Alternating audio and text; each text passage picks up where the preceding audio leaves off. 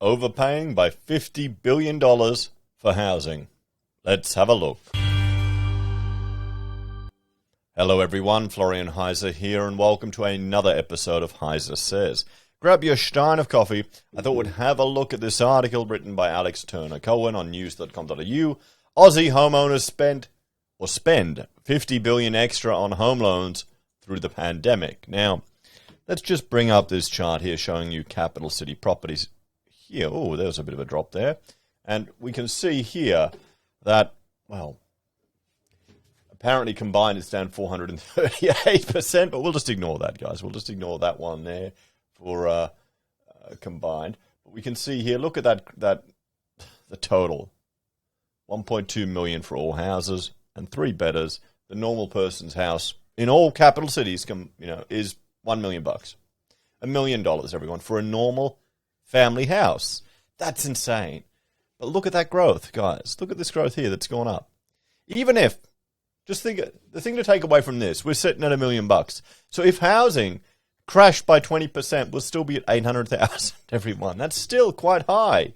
And it's still not that affordable for a lot of people. You're going to be diverting a lot of your resources to your mortgages. And can you see it fallen to 50%? Going back to, what's this?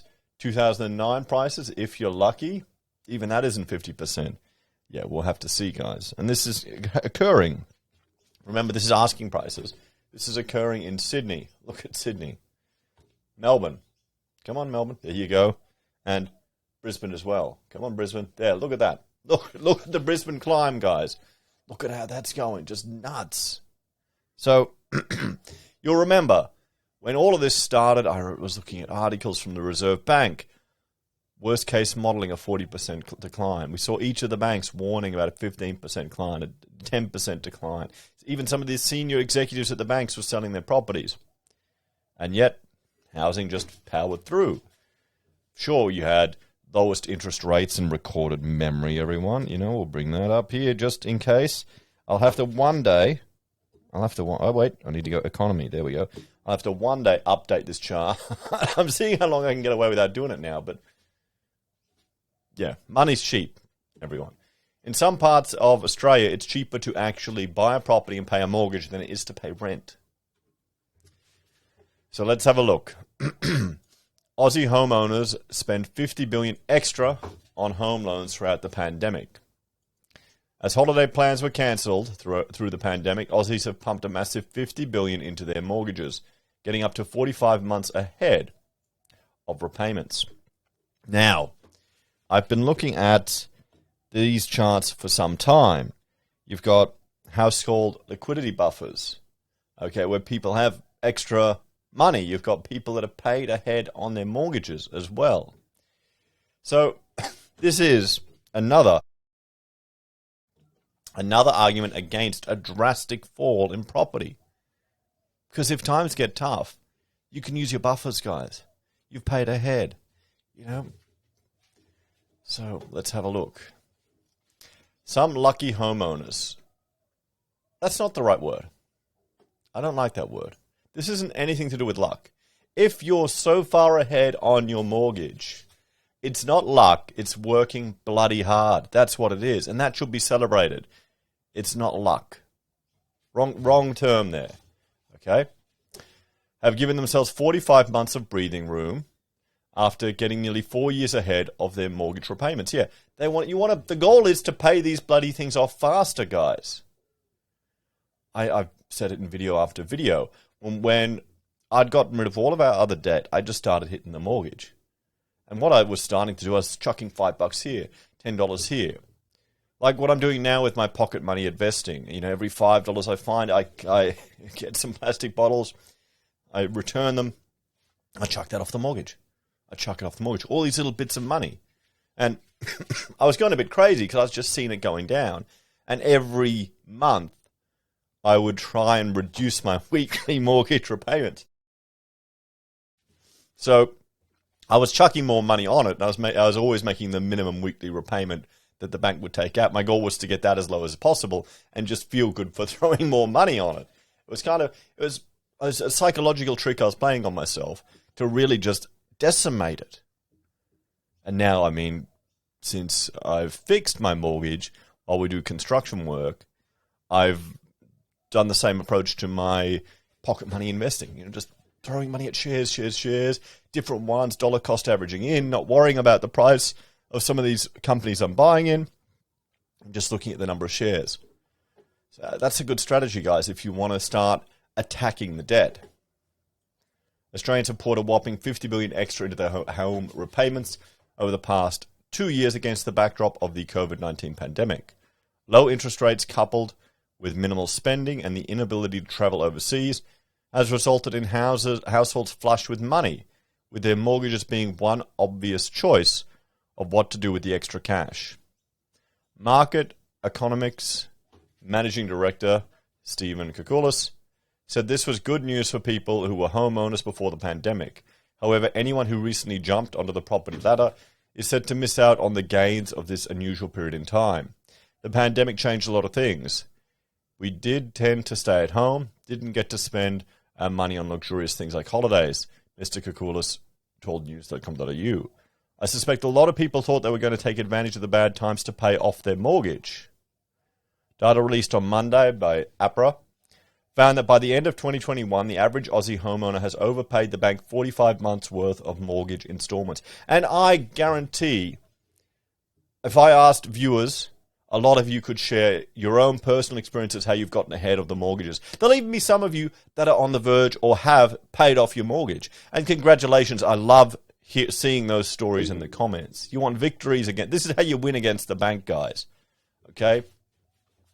You don't put all your money in gold and sit there or Bitcoin and go be your own bank. You use them to build your own wealth. That's compared to Aussie households being just 32 months ahead at the beginning of 2020 when the pandemic was just beginning. Now, if this seems unachievable to you because maybe your mortgage is too high or your income isn't high enough, this is showing you the class divide here in Australia. You've got some people that are just, they've got extra cash, so what do? Oh, go on a holiday, pay for the kid this or this, oh no, chuck it on the house. In the same period of time, homeowners funneled an extra $20,000 into their mortgage offset account. Oh, $20,000. I wonder where that came from.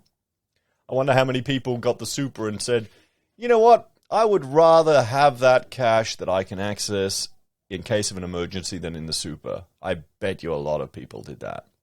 And I completely understand.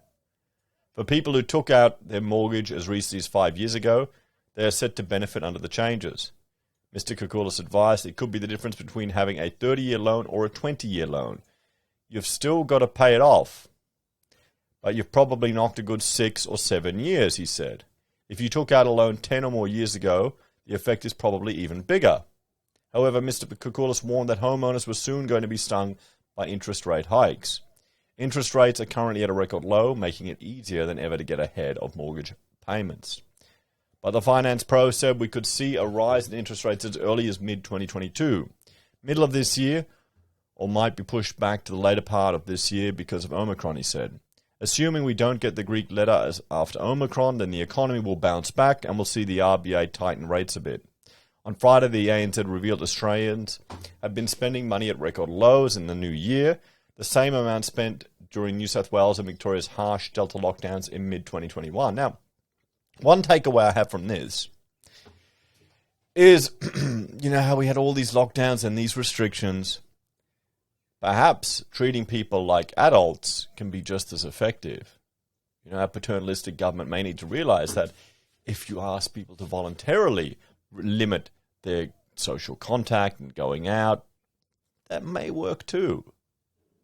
You know, it's such a novel concept. I wonder what countries have tried that. Despite this, Mr. Koukoulas said at most Omicron had postponed interest rate hikes, but they are still looming in the distant future.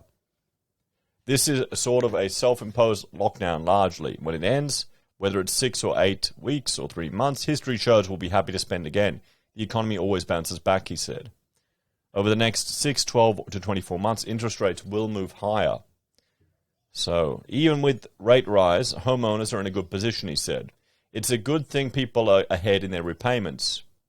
If you're one of these lucky people who are so far ahead, you probably didn't need to increase your payment. You probably don't need to increase your payments when rates go up. It may take a while to hit your hip pocket.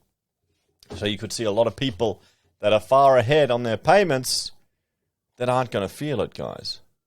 Let's have a bit of a talk about this. Now, I suspect the interest rate rise that is coming, because I mean, it costs nothing to borrow money now. It's so cheap.